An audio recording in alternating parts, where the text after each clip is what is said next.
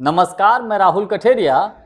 क्या प्रधानमंत्री मोदी जी और गृह मंत्री अमित शाह जी या यूं कहें कि पूरी की पूरी भारतीय जनता पार्टी को ये एहसास हो गया है कि बगैर नीतीश कुमार जी की बिहार में नैया पार होने वाली नहीं है। और इसीलिए मोदी जी और शाह जी अब नीतीश कुमार जी की शरण में चले गए हैं। आखिर ये सब हुआ कैसे? आखिर ये माजरा क्या है? देखिए, जो भारतीय जनता पार्टी, जो मोदी जी, जो शाह जी, जो बीजेपी के नेता चुनाव से पहले नीतीश कुमार जी को खुलकर मुख्यमंत्री का चेहरा तक घोषित नहीं कर रहे थे, अब उसी भारतीय जनता पार्टी के पटना स्थित कार्यालय पर नीतीश कुमार जी के कटआउट लगाए गए हैं। तो आखिर अचानक से ये परिवर्तन कैसे हो गया है? कहीं मोदी जी को ये एहसास हो गया है कि कहीं अगर बिहार में परिवर्तन हो गया और बिहार में अगर परिवर्तन हुआ हुआ तो खतरा तो भैया दिल्ली की कुर्सी पर है। तो मोदी जी ने इसलिए मोर्चा संभाल लिया हो कि बिहार को बचाओ और दूसरे चरण की वोटिंग से पहले जो कील कांटे जो ठीक नहीं थे उनको दुरुस्त कर लिया जाए, नुकसान हुआ है उसकी भरपाई दूसरे चरण में कर ली जाए। क्या इसीलिए नीतीश कुमार जी का चेहरा आगे कर दिया गया है? उनको इतना सम्मान देने लगे कि सब बीजेपी के कार्यालय पर नीतीश कुमार जी के कटआउट लगे हैं। आखिर माजरा क्या है?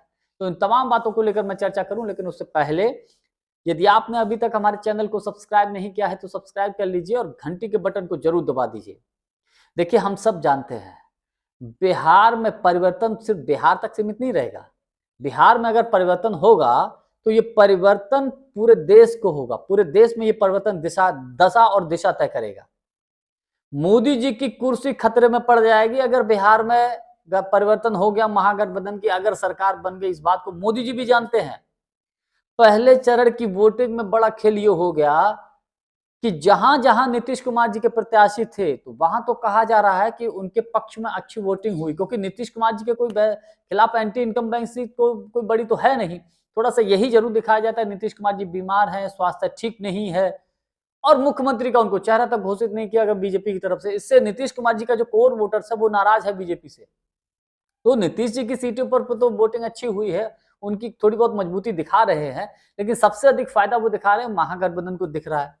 मतलब लोग तमाम ऐसी बातें कर रहे हैं, लेकिन किसको फायदा है किसको फायदा नहीं हुआ ये 14 तारीख को ही पता चलेगा। मैं इसकी कोई पुष्टि नहीं कर रहा हूं। लेकिन जहां जहां पहली चरण में भारतीय जनता पार्टी के प्रत्याशी थे, चिराग पासवान के प्रत्याशी थे, जीतनराम मांझी के प्रत्याशी थे, वहां पर नीतीश जी के कोर वोटर्स ने खेल कर दिया, ऐसी खबरें हैं।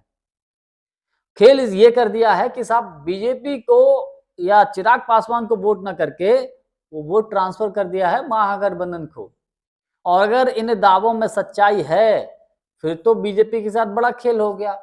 फिर तो नीतीश कुमार जी का जो वोटर्स है उसने बदला लिया चिराग पासवान से 2020 वाला, क्योंकि नीतीश जी की जो गाड़ी 50 के नीचे जो आई, 50 के आसपास जो आई 2020 के विधानसभा के चुनाव में जो सीटें आई, इसका प्रमुख कारण चिराग पासवान रहे।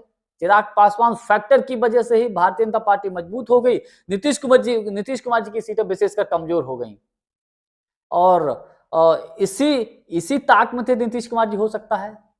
अब हालांकि रिजल्ट क्या होगा ये तो 14 तारीख को ही पता चलेगा, लेकिन इस तरीके की खबरें हैं।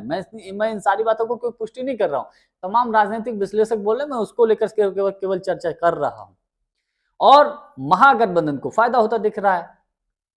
अब बड़ा सवाल यह है कि अगर बिहार में महागठबंधन की सरकार बन गई, अगर परिवर्तन हो गया तो फिर क्या होगा? फिर तो भैया मोदी जी की गई भैंस पानी में। फिर तो मोदी जी को अपनी कुर्सी बचाना मुश्किल पड़ जाएगा। क्यों? क्योंकि जेडीयू में टूट की बड़ी संभावना है। जेडीयू के कई नेता, हम सबको पता है, महागठबंधन में आरजेडी में शामिल हुए हैं, कई नेता शामिल हुए हैं। और अगर बिहार में सरकार बन गई फिर तो लाइन लंबी हो सकती है। और एक कल्पना करिए, सोचिए, सिर्फ कल्पना करिए कि अगर बिहार में महागठबंधन की सरकार बनी और जेडीयू के आधे भी सांसद टूट गए तो चंद्रबाबू नायडू तो इसी ताक में बैठे हैं।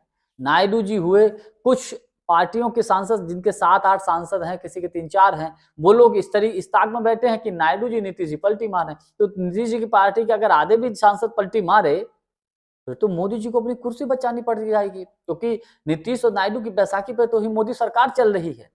तो इसीलिए इन सारी चीजों को समझते हुए, इन सारी संभावनाओं को समझते हुए मोदी जी ने क्या किया है कि अब बिहार में दूसरे चरण की वोटिंग से पहले नीतीश कुमार जी के कटआउट लगाने शुरू कर दिए हैं, उनको सम्मान देना शुरू कर दिया है, ताकि तो नीतीश कुमार जी के वोटर्स को ये लगे कि साहब हम सम्मान कर रहे हैं और नीतीश कुमार जी मुख्यमंत्री बनेंगे।